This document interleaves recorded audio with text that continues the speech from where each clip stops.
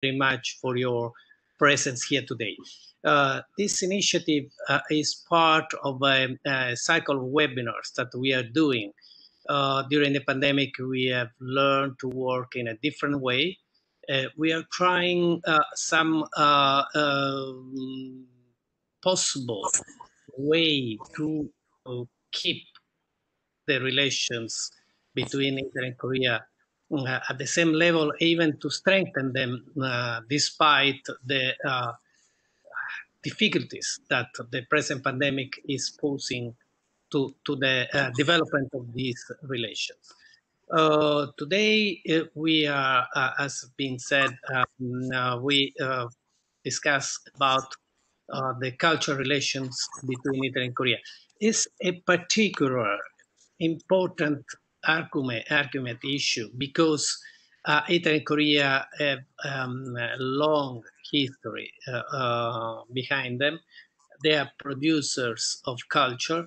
And as far as I'm concerned, I've experienced here that there is quite a wide knowledge of Italian culture in Korea that we need to expand, to improve, to deepen, but still many Korean people know the Italian culture under many aspects.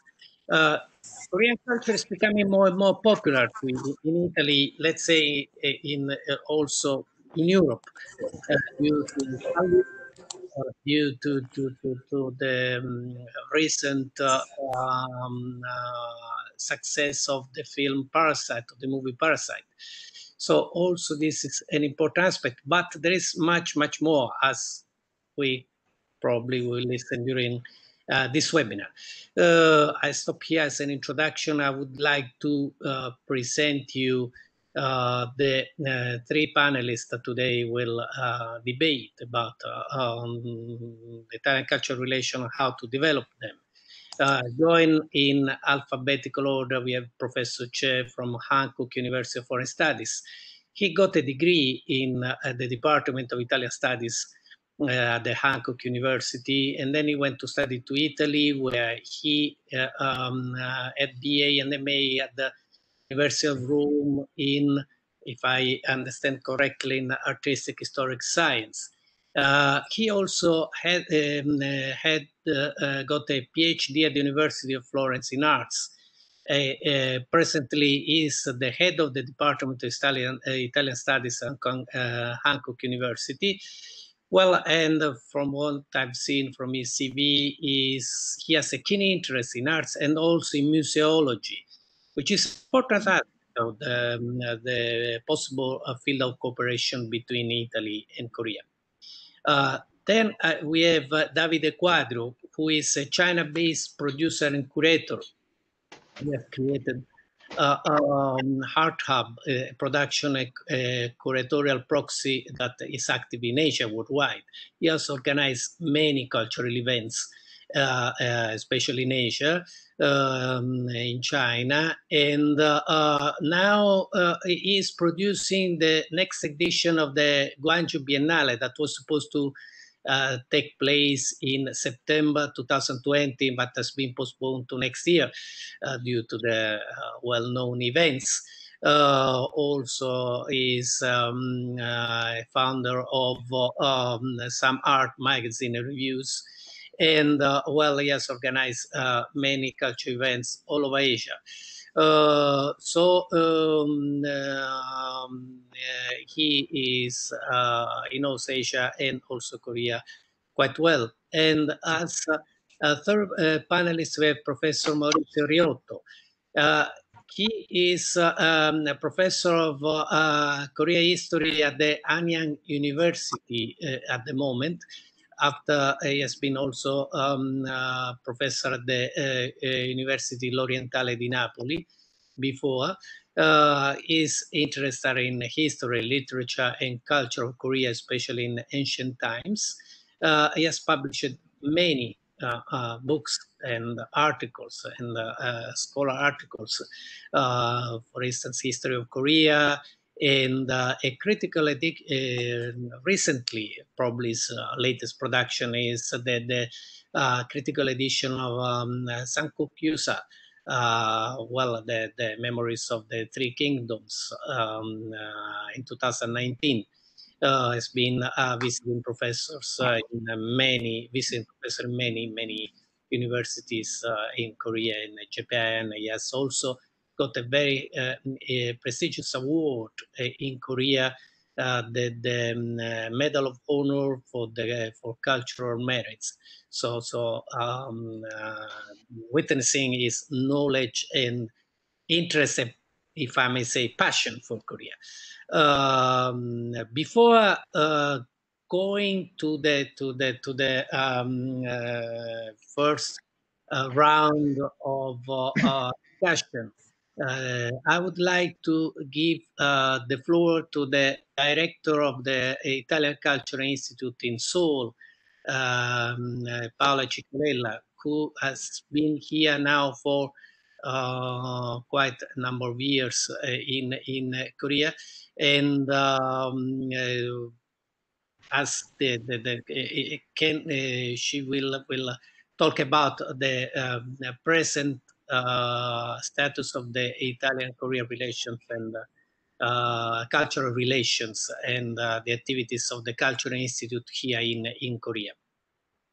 So I give the floor to the director of Cultural Institute. Okay. My name is Paola Ciccolella. Some of us know me already. The Italian, I arrived 3 years ago as the director of the Italian Cultural Institute in Seoul, which is an institution of the Italian Ministry of Foreign Affairs. Its mission is the promotion of the Italian language and culture. In the world, we have 82 institutes all over the world. The main activity of our institute in Seoul is the organization of the cultural events. Last year, 2019, our institute organized 89 events, which encompasses many different disciplines: cinema, art, design, architecture, Italian language, cuisine, music, theater, dance, publishing, etc. During 2020, the situation is at the moment very different. Before the outbreak of COVID-19, we were able to organize some events, an exhibition of design, Achille Castiglione and his brother in January, the exhibition Bologna's Illustrators. Both took place in Seoul Art Center, a structure which was always open, even during the worst period. We organized also the review Venice in Seoul with the projections of the Italian films presented at the last Venice Film Festival. We have to tell that we don't have a hall, our own hall, so the majority of events are organized in collaboration with the local institutions. So our activities are quite all are in cooperation of some local institutions, or we rent a hall or a space. During the outbreak, we were obliged to cancel many events, but we tried to keep the contact with the institute's followers thanks to some online connections. For example, Rai Play, the platform of the Italian national TV, which broadcasts some operas and ballets staged in big theaters like Scala in Milan and Opera in Rome, main museum sites like Uffizi, Brera, Pompeii, some portals of Italian cultural institutions. We promoted the campaign launched by our ministry, We Are Italy, with videos of very famous Italian musicians, and we asked some Korean musicians to accept the invitation to join the campaign with a video in order to encourage Italy during the worst moment of the outbreak. We launched on our YouTube channel our campaign our own campaign, Italian Moon Hack, about Italian literature, with some videos realized by translators who read a passage of their translation of an Italian book. So we had another campaign. Recently, we joined the campaign launched by our Ministry of Foreign Affairs, Fare Cinema, the third week of Italian cinema.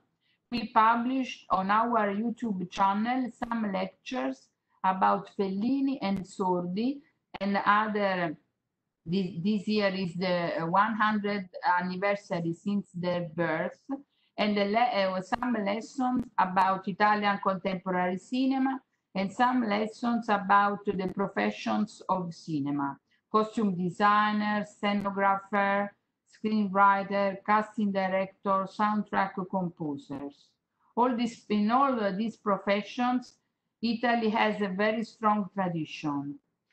In the next future, we have also some events in presence. At the moment, we have a strong collaboration with an exhibition which is open for public, My Dear Pinocchio, at the Seoul Art Center, because Seoul Art Center is private, it's always open. And we had a strong collaboration with this important exhibition about illustrations of Pinocchio. In July, we will have a retrospective of Fellini at Cinema, Seoul Art Cinema. So we have also a program. We plan some events in presence, but we will continue, we plan to continue also our activity online. That's all. So I give the, I don't know if the ambassador agree. Maybe I can give the floor to Professor Che. I don't know, ambassador. No, just a minute. Just a minute. I would like the discussion to go on like this. I will ask some questions to the three panelists, asking for an answer in, let's say, less than 10 minutes to let's say 5 to 7 minutes, if possible, in order to leave also some space for some Q&A session at the end. The first question I would like to ask the three panelists is, as already also the director has said, and thank you very much for your introduction, we are in a presence of what has been defined the new normal. Some behaviors, some habits that we have learned to use during this period will not disappear. The online activities might go on for a while. So in this framework, what do you think are the tools that could be used to promote effectively the cultural relations between the two countries? We are in a new situation, so we have to probably to think what to do in this new situation. I would like to ask, always going by alphabetical order, Professor Che to give his thought in this regard. Thanks.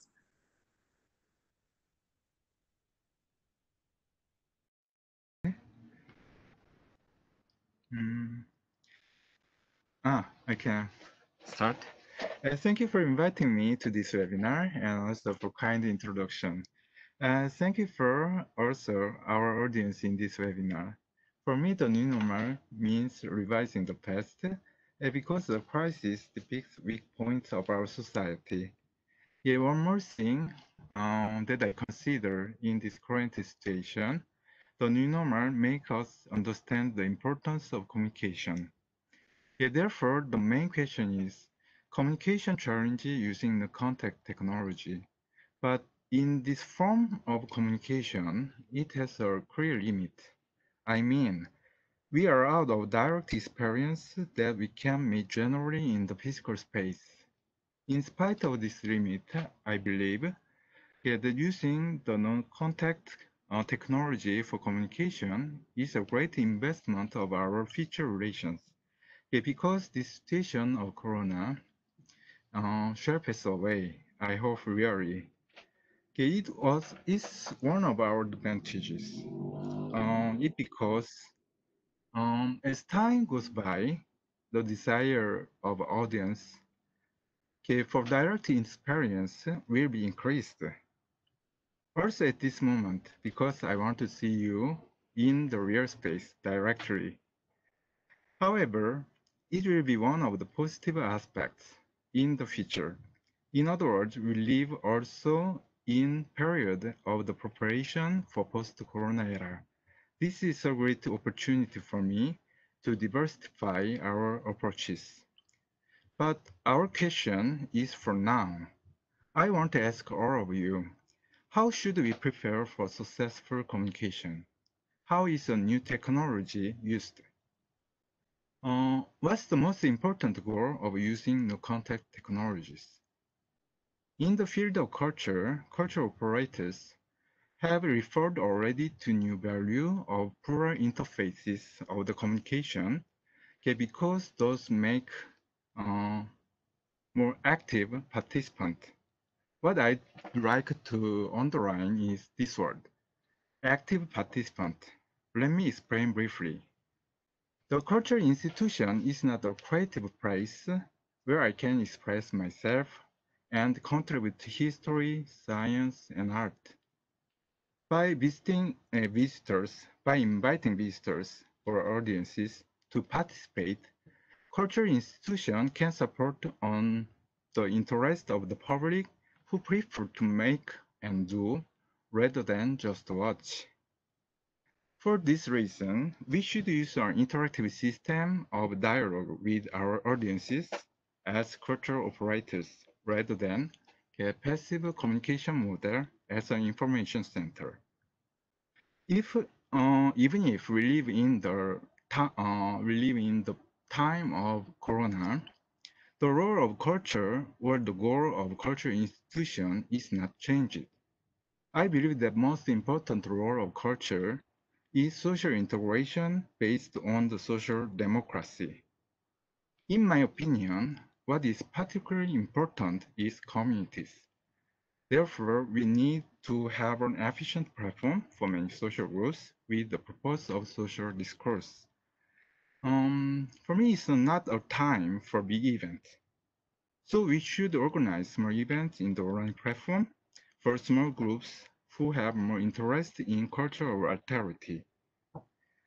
I believe it's the most useful tool for our bilateral relations on cultural sectors. It's also our cultural challenges as this webinar. Thank you. Thank you very much. Well, in a few minutes, you have given us, at least given me, so many points for the of reflection. A lot of food for thought. Really, thank you for your contribution. Of course, we can discuss this later. Now, I would like to give the floor to Davide Quadrio, that participates from Italy. Hello, everybody. Thank you for having me here. I'm very pleased, and I've been very pleased to hear Mr. Chen talking about a very urgent matter, actually, which is for cultural practitioners and artistic practitioners, and I talk about artists, but also any people involved in cultural production, and it's really about what is happening now in terms of what everybody in the cultural sector needs to do in terms of creating actually content. There is a huge misunderstanding about cultural content and cultural communication. And this is something that we've been seeing so much in the last few months. This kind of driving this need for, especially for institutions, when I talk about institutions, I talk about museums and gallery, or, like cultural structures, to be present on the web, not with original, challenging content, but really expressing basically their will to be present, in the communication platform. So one of the very problematic things that's happening now, and I think that Mr. Chen really touched upon that in a very precise way, is the desire of people not to be spectator, but to be part of the cultural development. And there is no possibility in the new media sector through the tools of new media communication to do anything that is substantial unless there is a way to challenge the audiences and to be part of the discourse. And the other aspect, and I really feel absolutely in line with what Mr. Chen was saying, is about the need and the desire of the presence.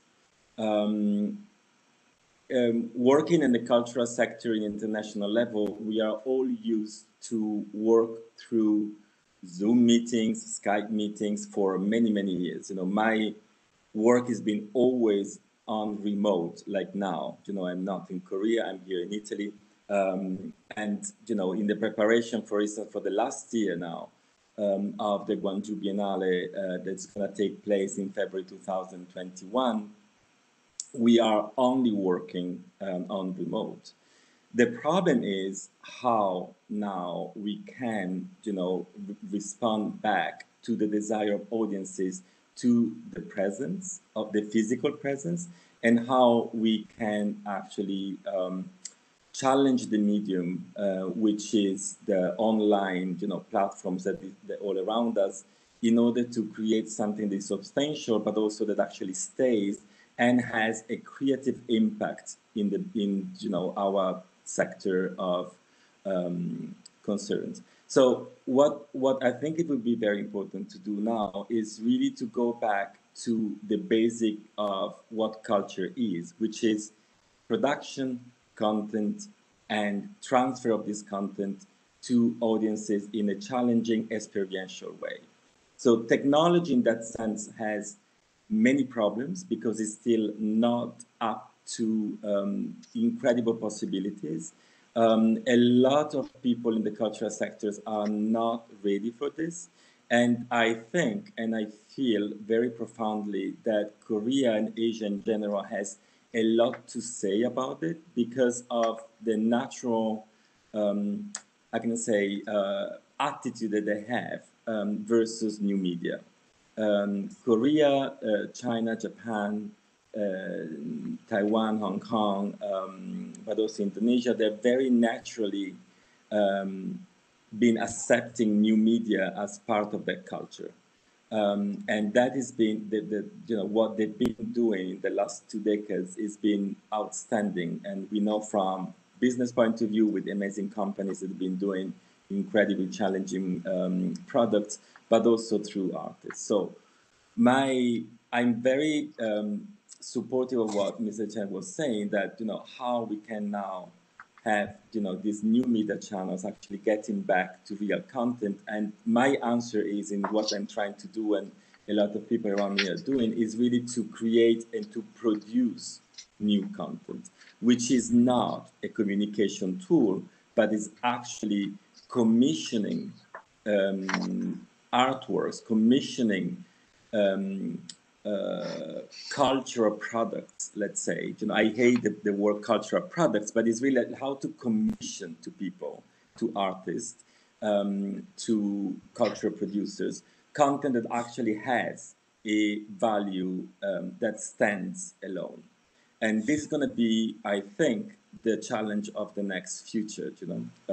So on one side will be on-platform incredible content that is produced consciously and is curated, and is, of course, supported economically, So it's also a way to give jobs to artists, writers, to people, So it's not about asking, contributions, in terms of creating somehow a communication device, but it's really creating content that stays and has a value on the platform, and eventually then can be transferred into a physical space in a very almost religious setting, because we cannot have millions of people anymore, so this is for us in the same space, right? So how we can deal with that, and this is also what we are challenged by for the Biennale in Guangzhou, that is a massive event. But now, how can you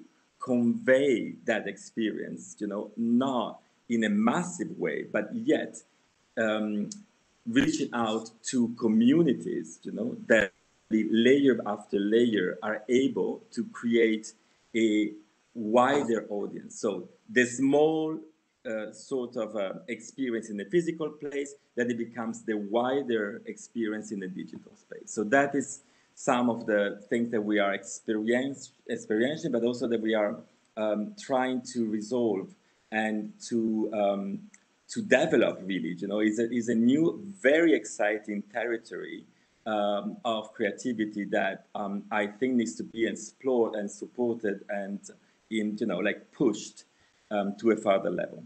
Thank you. Thank you very much. And we conclude the first round of questions with Professor Riotto. Professor Riotto, please. Yes. Yes. Thank you very much to my ambassador in Republic of Korea for inviting me to this webinar. And good morning and good evening to all the participants. As for the question, I think that the challenges posed by the new normal situation are not actually very different from those that already existed at the time of the old normal situation. So I think that first of all, we have to get rid of the mistake of the past. And we also have to stimulate interest, what in Latin is called curiositas. We have to stimulate knowledge and interest towards the counterpart, who still today thinks for cliches and stereotypes. I will give some examples. In spite of very recent phenomena, mass phenomena like K-pop, Korea still remains an almost unknown country in Italy, and not only in Italy, but in most of the world. What is worse, foreigners in general, and not only Italians, in approaching intellectually Korea, they are very conditioned, negatively conditioned by the political problems affecting the peninsula. And I am speaking, of course, of the political problems, the problem of partition, the problem of the always immanent conflict between North and South. And for this reason, and for many other reasons, the collective imagination, in the collective imagination of most of the world, Korea is nothing but the poor relation of other Far Eastern countries such as China and Japan. In the same way, the image of Italy in Korea is posed above all on stereotypes. Very little is known of Italy in Korea too, and also for some cultural phenomena such as Renaissance, history of art. Italy is just known just for very limited phenomena such as Renaissance and no more. So I think that the two countries will have to work hard to reach a mutual knowledge and the mutual acknowledgement. And the tools to arrive to this knowledge are, first of all, information and teaching. And regret to say, in this moment, both in Italy and in Korea, there is no more not decent, not good information, and also not enough teaching, I think. So we have, for example, in Italy, we have a few places where Korean language and culture can be learned. We have only Naples, Venice, and Rome, and also Siena. And in Korea, we have, as far as I know, all the Hankuk University of Foreign Studies in Seoul and Busan also, but no more, I think so. And what I find incredible is that other universities do not introduce courses in Korean language and culture, and because they don't know that as the second language, the Italian is the fourth language more learned in the world, after English, Spanish, and Chinese. The fourth language foreigners learn as second language is right Italian. So we have to just make better information, because sometimes we have not good information or even misleading information about Korea, for example, and promote of culture through all the possible means. We also have to record, just because we are talking about the past mistake, that so far Koreans has promoted its image and culture almost exclusively in countries with which it also has many political and commercial relations. So I mean, Korea has invested much in culture in countries such like America, of course, North America, and Southeast Asia. We have to remember that Korea established its cultural institute in Italy only 4 years ago, in 2016. And we have to remember that Italy established the Cultural Institute in Korea in 1987. That means about 30 years before of Korea. And Japan established its Cultural Institute in Rome in 1962. This means that Korea established its Cultural Institute in Rome 54 years after Japan. So what we have to do, I think that use media such as cinema, television, and information and teaching in schools. One possible mean could be the translation in Italy and the broadcast of Korean dramas, so that all people can see in television, and something like that. Anyway, I think we have to do many efforts because the situation is no good. And we only can improve that, because just to make worse is just a little bit difficult. Thank you very much. Thank you very much. Also here I find many interesting reflections. For instance, thank you to remind us that cultural relations don't happen in a vacuum, but they are linked to the general situation of the bilateral relations, in general to the situation of the country that is promoting its own cultural system. This is very important. I also agree about the necessity of expanding the image. I was saying before that Italian culture is quite well known here, but we need to anyway to expand the image and knowledge of especially the Italian contemporary cultural production, even though as rightly Davide Quadrio said, culture production could not sound very, very nice. But let's say cultural events, cultural creativity. These reflections lead me to the second question. Again, possibly in the same order as answer. More specifically, which bilateral sector, cultural sectors, could and should be further developed? Professor Choi.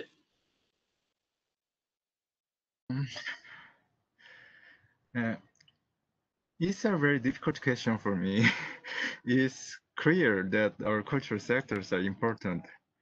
But for responding to this particular question, I think that we will analyze attentively our current situation of the operating system. It's the same situation in the economic sectors. When we have an economic crisis in general, we need to verify the structure of industry. Okay, what's our advantage or disadvantage of our structure in the cultural sectors between Italy and Korea? I'd like to emphasize core group. In the bilateral relations, it depends on the interest of the audience or the cultural operator in the past and current situation. For me, it's the same question as this. Who has more interest in the cultural activities? Okay, who has more interest in Italian culture or Korean culture in each country? My answer is very simple. All of the audience of this webinar. But in Italy, there are those who are in charge of Korean studies. In Korea, we are in charge of Italian studies. These disciplines have distinctive characteristics. Interdisciplinary approach for research. In 1984, our department had organized the International Symposium for a ceremony of 100 years of diplomatic relations between Italy and Korea. I throw this one. It was a result of collaboration of various sectors. But after that international event, I think all of us concentrated more on our own professional sectors rather than interdisciplinary dialogues. With that, now we have many scholars and researchers in different sectors. Cultural history, design, theater, art history, museology, area studies, and so on. Now I feel the necessity of active operators between disciplines. Today, digital convergence of our time underscore the cultural fusion. In this social context, interdisciplinary approaches become almost compulsory. It obviously needs our effort more than the past, but we need to change our ways of thinking. For this reason, I think we need an interdisciplinary platform to dialogues in the bilateral sectors. We should connect Korean studies and Italian studies. If it's possible, it could make more cultural contents for each other. For this, the communication using no contact technology is useful because it doesn't need a lot of budget, but it needs our intention. One more thing I want to suggest is using academic and educational fields for our bilateral relations. Let me take an example of our university. My students talk about, in these days, the Corona generation. It means they fear seriously actual difficulties. But they have many interests in various sectors. In the future, they will be cultural operator between Italy and Korea. If we agree with that, we need to concentrate with attention on educating our students for future relations. It will be useful to visit Italy or Korea because it can offer direct experience for our students. But in this semester, 9 students of our department should come back from Italy to Korea. I think it's the same situation for Italian students. But at this moment, many Italian students continue to study Korean, and Korean students study Italian in our university.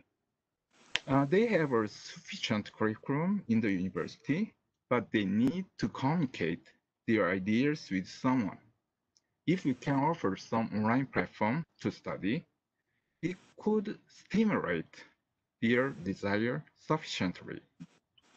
In my opinion, we need to revise and reinforce our core group and make more interdisciplinary projects for small groups of various stakeholders. One of these small groups is our students. Thank you for listening. Should I go? Thank you very much, because also this intervention has been very interesting and very also propositive, not only just an analysis, but also some proposal how we could go on. Now is, yes, Davide, it's your turn. Yes. I need to thank you, Dr. Cho, because you make my life easier, coming after you, because I really feel that what you've been saying so far is absolutely in the course of and in the direction of what I think should be a very progressive thinking from an institutional point of view. First of all, I would like just to give some background about how actually, the communication, but also, as you were just saying, Mr. Cho, the presence, of actors in cultural dynamic exchange between Korea and Italy is been on for many years, and it's been extremely powerful, actually.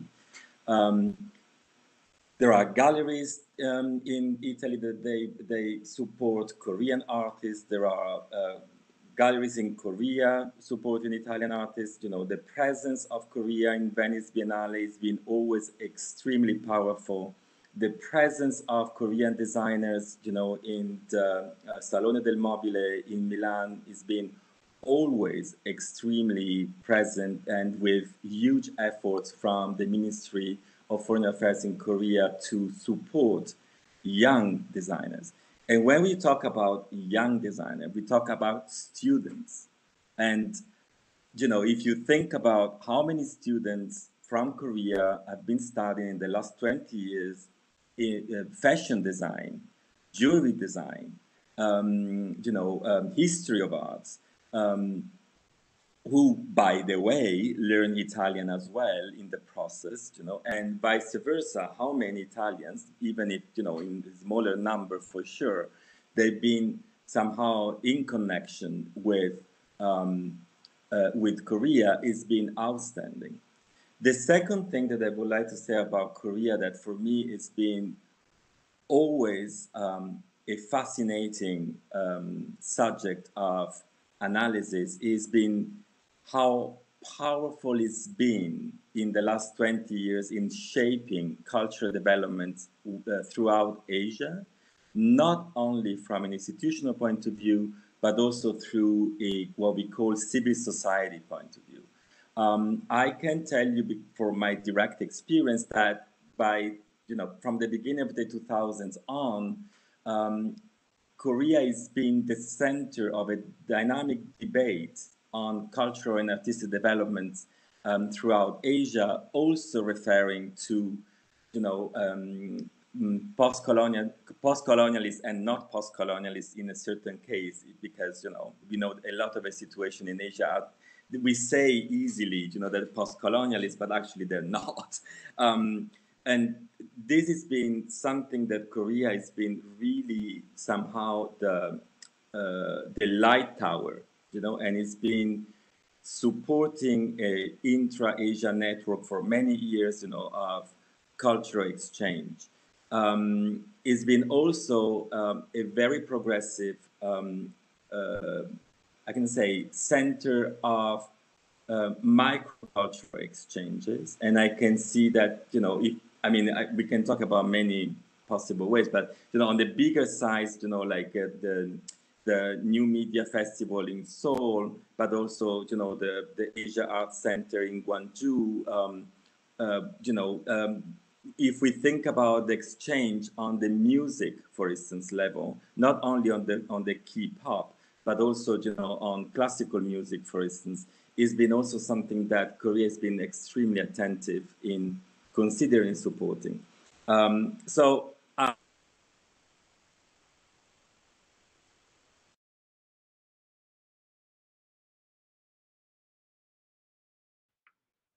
Hello, I'm afraid we have at the moment lost Mr. Quadrio with some technical problems.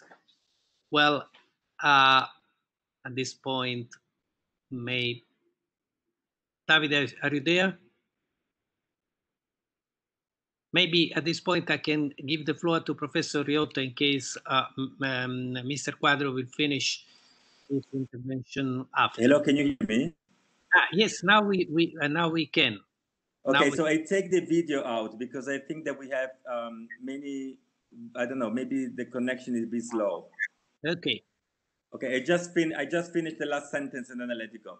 So what I think should be done at the moment is really to take advantage of what is already existing. There are new institutions which I think will be interesting to connect with from Korea to Italy. For instance, the ADI New Design Museum in Milan that is just opening. I mean, it was supposed to open now, but unfortunately, you know, it's going to be open later on. But also in Milan, for instance, there is the Mid Art Center. This is a new technology based, you know, cultural hub that is going to be opening soon, which is a private foundation. I mean, I can go on. You know, there are so many possibilities of, you know, creating this kind of connectivity, which is again based on cultural peers, you know, and I don't want to disrespect because I'm also teach in the Academy of Fine Arts in Shanghai, but institutions, you know, educational institutions are always a bit on the back, you know, of what is really happening. And the last consideration is a generational consideration. You know, I'm almost 50 now. You know, my perception of what is understood and what is known between Italy and Korea is a very limited way of approaching it. If I talk to my daughters, for instance, they fan of K-pop. They know everything about K-pop. They know about film. They know about, you know, Korea soap operas, for instance, right? But not only, you know, they have an incredible, I mean, if you think about a DJ like Peggy Go, you know, she's a star in, you know, in the, what do you call it, in the electronic music scene. But somebody else, like Caterina Barbieri, for instance, she's an amazing 26-year-old contemporary music composer, and she's a star in Korea. And you know, so the problem is that the knowledge that, you know, institutions, universities, and educational sectors, but also, you know, peers are somehow in this kind of can say in the hub, in the loop of thinking the same modalities. And I think that new media now, and especially the situation, opens up to a much fresher possibility, you know, of getting in contact, you know, to content that otherwise would be impossible to know. And just to give an example, Instagram is the place of reference, you know, for 25 years old and less people in the world. And they follow any kind of, you know, cultural practitioners, from design to fashion, you know, to architecture, to industrial design. And I mean, I didn't even mention, you know, the relationship between Korea and Italy on the architectural side, you know, which is, of course, huge. So there is a lot going on. There are also a lot of companies that they want to get into, and, you know, the Ambassador Failla knows because we've been talking about it, like Techno Zanotta, for instance, he's very aggressively entering Korea, but other brands as well. And this kind of synergy between private sectors, individuals, creators, producers, educational structures is really something that needs to be nurtured, because this kind of, Mr. Cho was saying, multidisciplinary, approach is the only way that actually can allow us to go farther, in really bilateral, and not only bilateral, if I want to, if I would like to say, relationships, between countries, but before countries, before individuals and people. Thank you. Thank you very much also for this focus also on the young generation. That is very important, of course. It's the future of the relation of Italy and Korea. We have to also try to involve more and more the younger generation to build up this relation between Italy and Korea. Professor Riotto. I would say that cultural tourism maybe one of the sectors can be developed successful, but it is not easy because just to give an example, Korea history is strictly linked to Chinese history and Japanese history, and still most of my colleagues, specialists in Chinese studies and Japanese studies, never have been to Korea. And this is quite strange. I remember about the cultural, just about launching a program of cultural travels. I remember perfectly in this regard that some years ago, a travel agency in Bologna proposed a cultural travels program where a limited number of tourists was accompanied by a lecturer who explained in the spot the story and the art of the various countries in front of monuments. The minimum number of participants was fixed in 15, but while they made successfully travel to Tibet, travel to Myanmar, travel to Cambodia, the travel to Korea was cancelled because no one had registered as a participant. As for Koreans, we have to remember that the philosophy, the travel philosophy of Korean people is just that 4 countries in 6 days.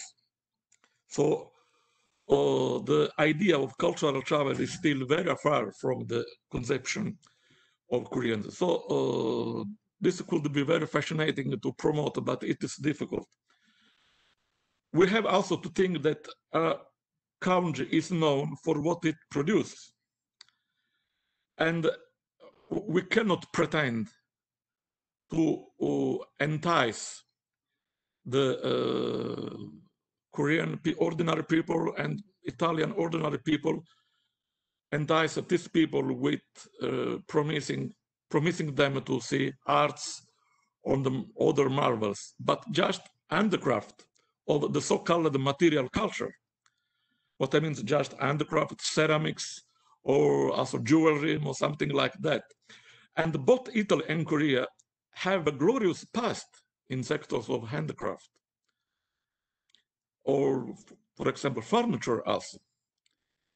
So just to promote meetings, to promote exhibitions in material culture could be a good idea. Of course, it needs money in order to do that, but they have to find also fund in order to promote such kind of initiative.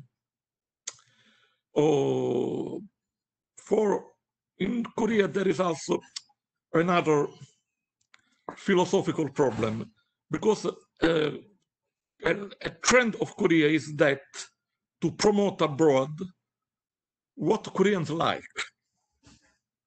not what foreigners called like. And this is quite a mistake.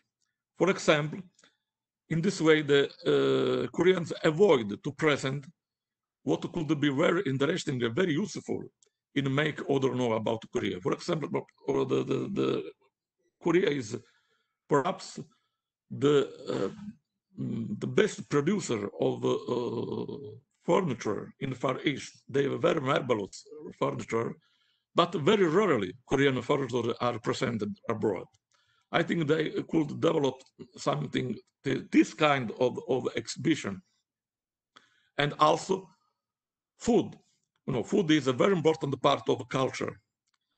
In whatever country, food represents a very important part of the culture of that country. And promote documentaries, encounters, exhibition, meetings about food could be a very good opportunity to make join Koreans and Italians.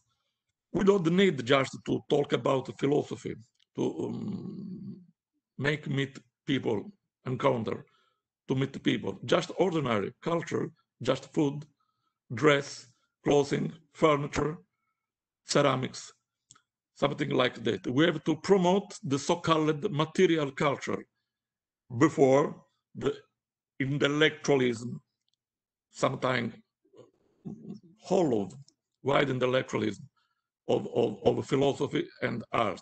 Starting from, we have to start from the material culture, I think so. Thank you very much. Yeah.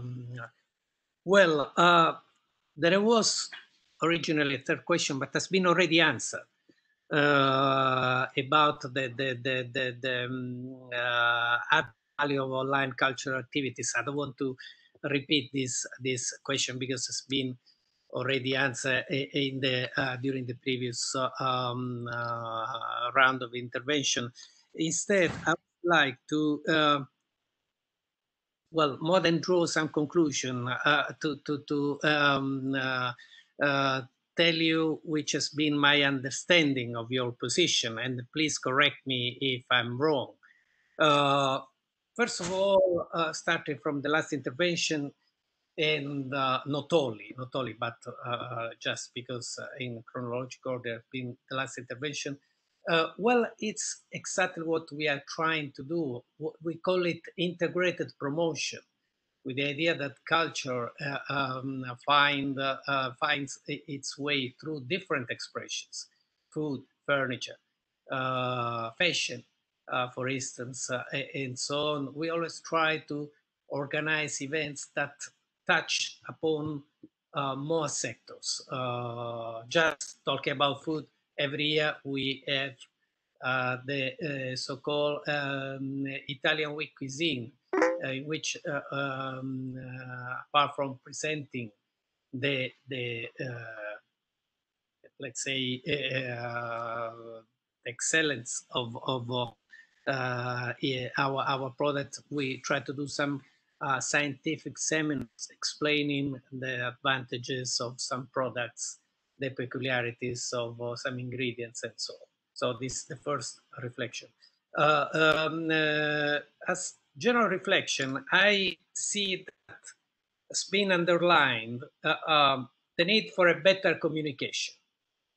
Communication that involves also the audience, especially when we use these online tools. Audience must be involved, not a passive type of communication, but an active type of communication. Second thing is create concrete opportunities to meet or to interact in favor of the cultural practitioner, the cultural operators, galleries or museums or whoever is in this field. So institutions should not be the organizers, or not only the organizers of some specific events, but should also work to facilitate this can I say, this opportunity for culture operators to meet, discuss, interact, create something. And the third point is connectivity. We need, in this regard, again, to create a better environment to make this connectivity easier. I know it's easier to be said than to be done, but I believe that this is what I have understood from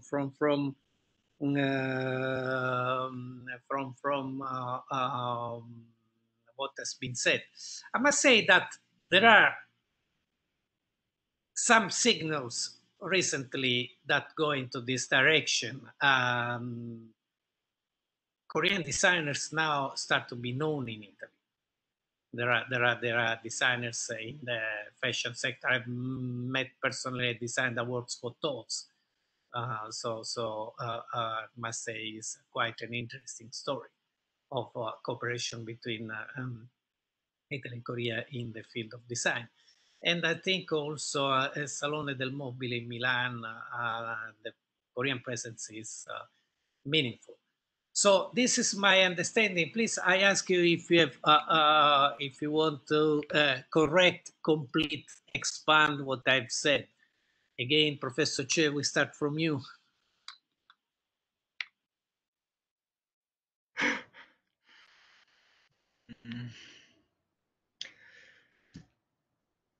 See, I think we need to make many stakeholders. We connect many stakeholders in many. We need to create many peoples.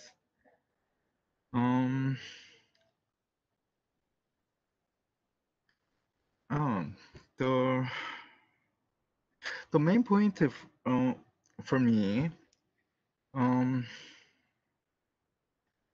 direct connection with Italy and Korea is very important for me. But now it's very difficult to travel. In the field of culture, it's difficult to have an efficient international collaboration. Yet they generally produce a big event for mass in the real space. It's not possible at this time. But the responsibility of artists and other cultural operators is not only making a message for society, but also preparing the social context for communication. It's a fact by March in this year, across the world, most cultural institutions has been closed. So 18% of museums now in the world are closed. But it does not mean their works is blocked. As a result, we can have our time for making ideas, contents, and interactive communication. Moreover, some artists, I think they use our current situation. For example, the rest of Banksy, or the concert of Andrea Bocelli at Duomo of Milan.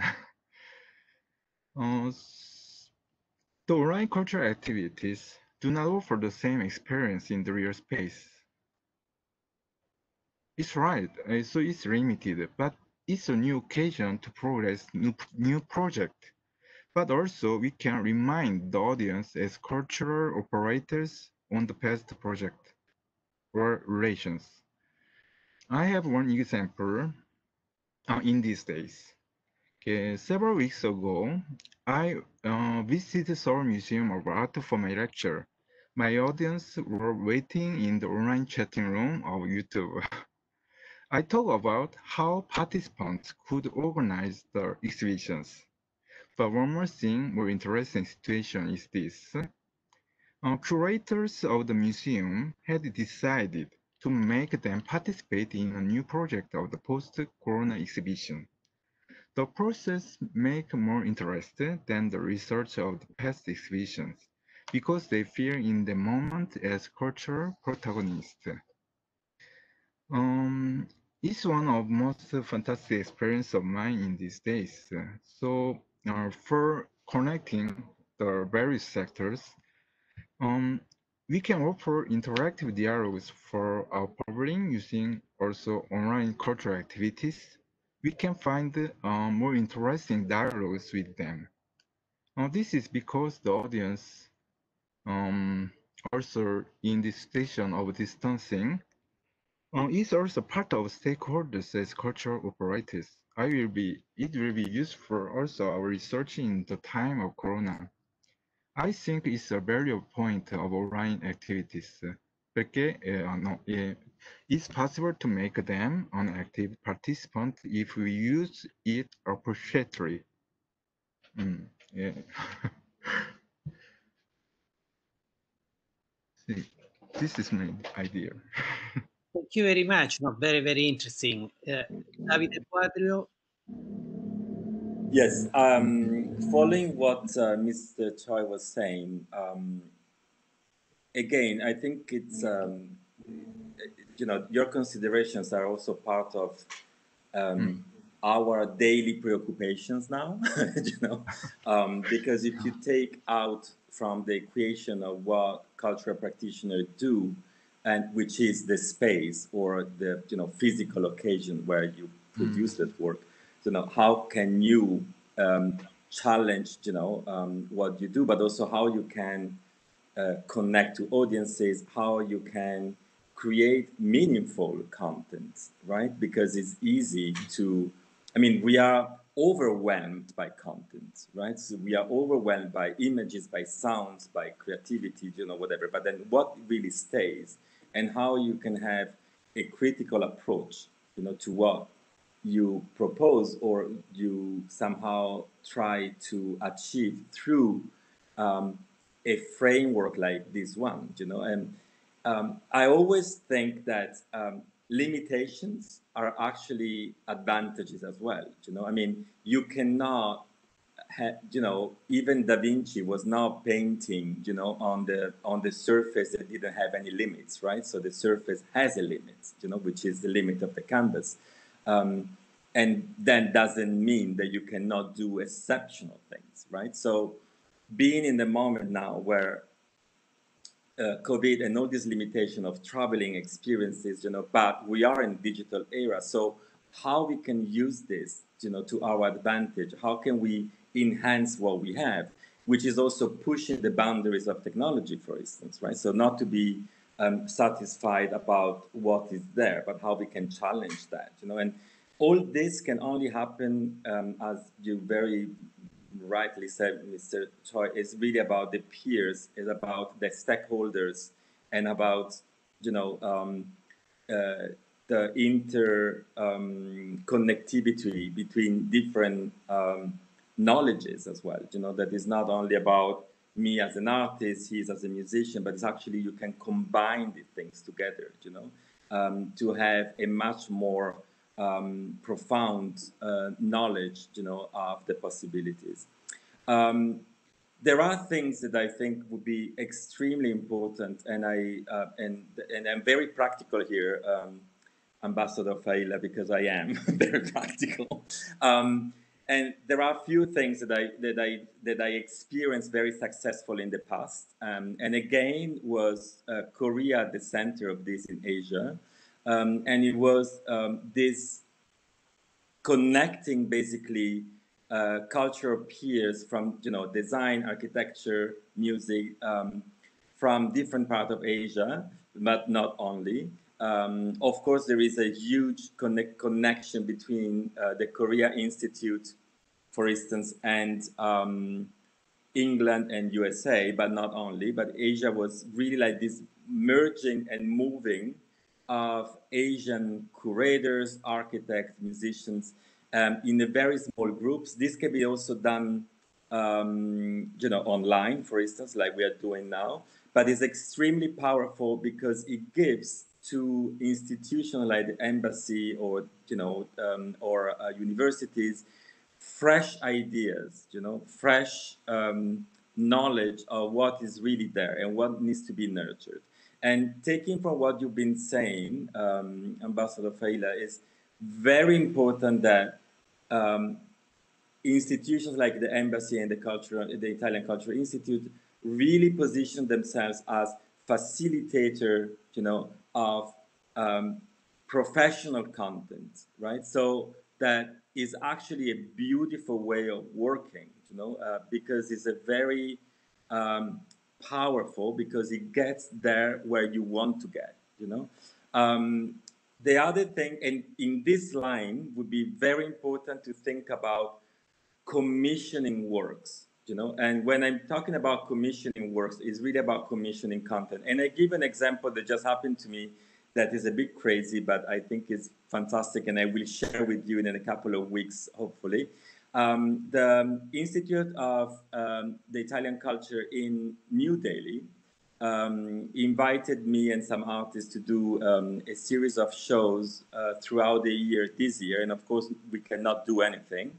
And so they commissioned us and the artists to do artworks, that can be then exhibited inside as an exhibition per se in New Delhi without us moving there. But there can also be a piece that can be distributed online.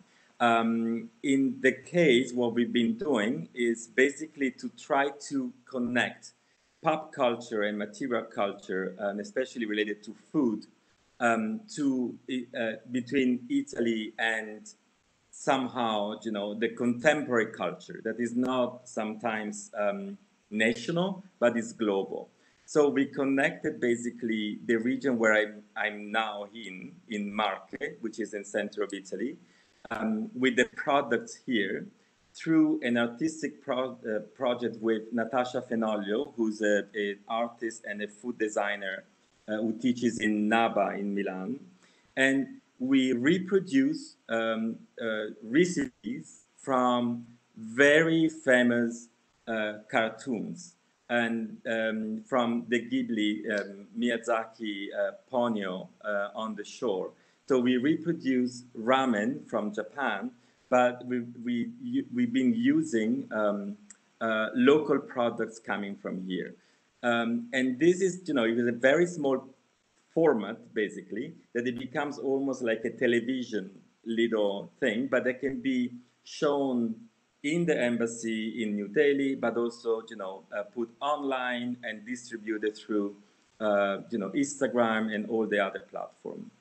This is a simple example. So it's very important not to think about the possibility of using new media platforms only as a communication device, but it's really like a place where you have small gatherings for ideas like this one that you put together today.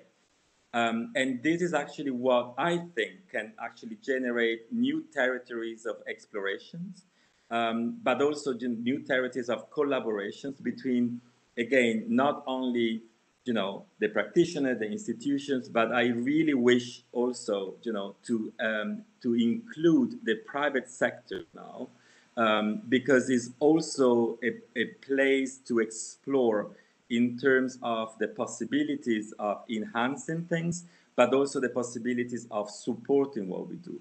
And I give you an example that is really specific to Korea as well, and is, the Gwangju Biennale this year, one of the main sponsor, but not only sponsor, producer really, is an Italian company, Japanese-Italian company called Alcantara, who actually has been able to support in a very, say, creative way, the whole opening performative part of the Gwangju Biennale.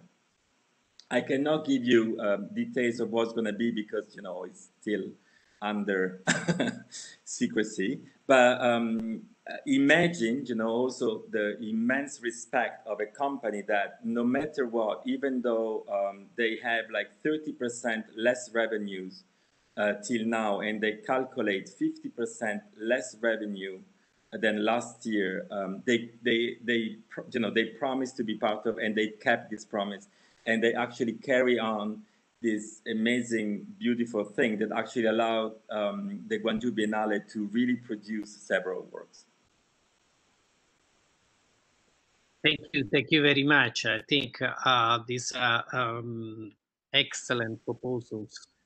And well, after Professor Riotto will give us his thought, I will just try again to summarize and then conclude this webinar in time. And it's important also this to respect the time, not to go too long. So now I give you the floor to Professor Riotto. Yes, thank you very much. I will speak very briefly. I completely agree with the conclusion of the ambassador. And I remember, I will say one proverb, Oriental proverb, just one thing you see is better than 100 words you listen. So to see and as more as possible means to learn, and means to provocate and generate more curiosity and generate knowledge and interest in the counterpart. I would propose some initiative. For example, there are some village, some towns in Italy famous for ceramic, for example, like Imola, or also in Sicilia we have Burgio and many other. And for example, in Korea, they have Icheon. It's a very important town for ceramic manufacturer. Just to make some kind of sisterhood between the two towns, to organize exhibition, and not only of in the field of ceramics, but just to choose the centers in Italy and Korea that have similar interest and join, and if possible, just to work together and produce something together. We have fusion cooking, but why not? Why can't we produce a fusion ceramic or fusion furniture, for example? And this could be promoted, but from governments, from political institutions, because it needs money, of course. And at the end, always it is a question of budget.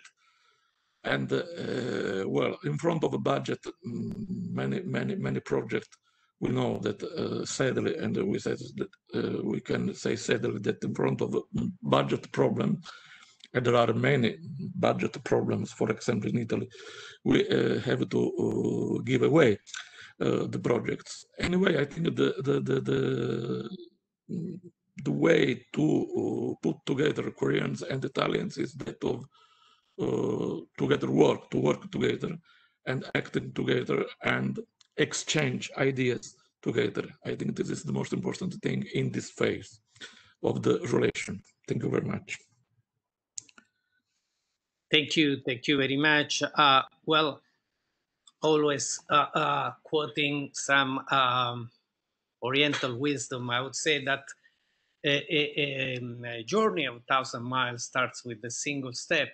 So I hope this has been the first step of this long journey that we should do together. But apart from quoting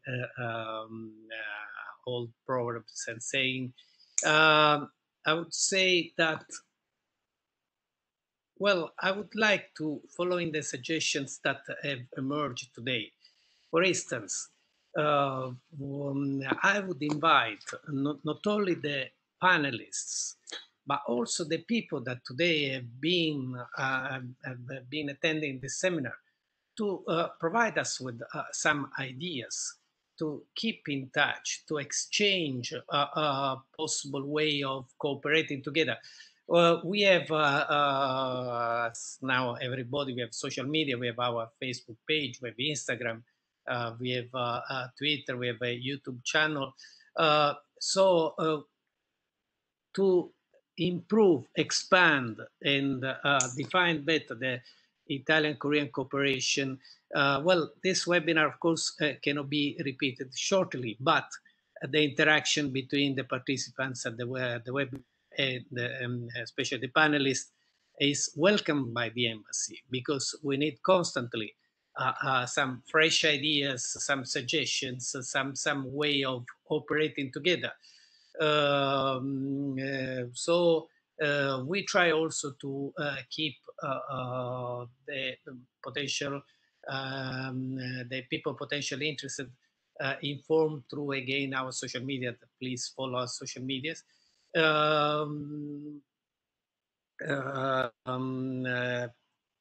And also the suggestions that made to, in a way, thinking out of the box. These are not ordinary times, and so we cannot work as we have worked in the past.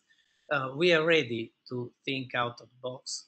We are ready to, we are open to suggestion. We would like to also have this role of facilitators to put in touch people that operate in different culture sectors. So the Embassy and the Cultural Institute are ready to open to such suggestions, and hope to receive many from the panelists and the participant webinar. I take this opportunity to thank again Professor Choi, Davide Quadrio, and Professor Riotto for their kind participation, Director of Cultural Institute, and all the participants at the webinar of today.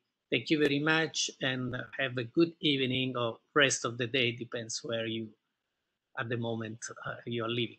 Thank you very much. Thank you very much. Here, thank you very much. Thank you. Thank you. Bye-bye.